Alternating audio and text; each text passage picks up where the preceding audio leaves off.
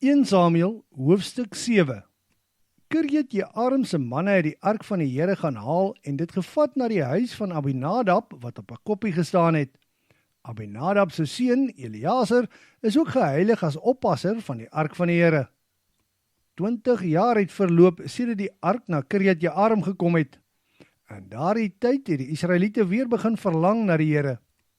En Samuel het met die Israeliete gepraat. Julle moet al die vreemde gode en astartes tussen julle verwyder, indien julle met 'n opregte hart wil terugkeer na die Here. Slegs die Here mag deur julle gedien word, want dan sal hy julle red uit die greep van die Filistyne. Al die Baals en die astartes is toe verwyder, en die Israeliete het slegs die Here gedien. Toe sê Samuel, al die Israeliete moet by Mispa byeengeroep word. Ek sal daar tot die Here bid vir julle. Die Israeliete het by Mispa bymekaar gekom. Daar het hulle water geskep en in die teenwoordigheid van die Here op die grond uitgegiet en die dag gevas. Toe sê hulle, ons het baie sonde gepleeg teen die Here. Daar in Mispa het Samuel as rigter opgetree vir die Israeliete. Die Filistyne het gehoor dat Israel by Mispa bymekaar gekom het. Toe het die Filistynse leiers teen Israel opgetrek. Toe Israel daarvan kennis neem, het hulle vreesbevange geword vir die Filistyne. En die Israeliete vra vir Samuel, moet asseblief nie vergeet om tot die Here ons God te bid en vir hulp te vra teen die Filistyne nie, en om ons uit hulle hand te verlos nie. Daarop het Samuel 'n suiplam geneem en in sy geheel geoffer as 'n brandoffer aan die Here. Toe pleit Samuel vir Israel by die Here, en die Here het sy gebed verhoor.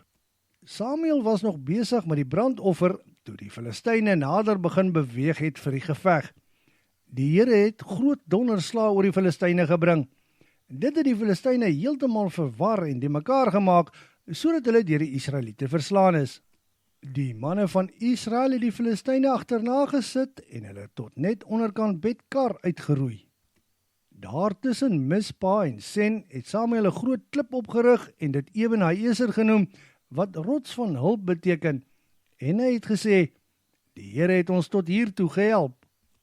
Die Filistyne het 'n groot nederlaag gelei en het nie weer in die grondgebied van die Israeliete gekom nie. Gedurende die leeftyd van Samuel was die hand van die Here teen die Filistyne.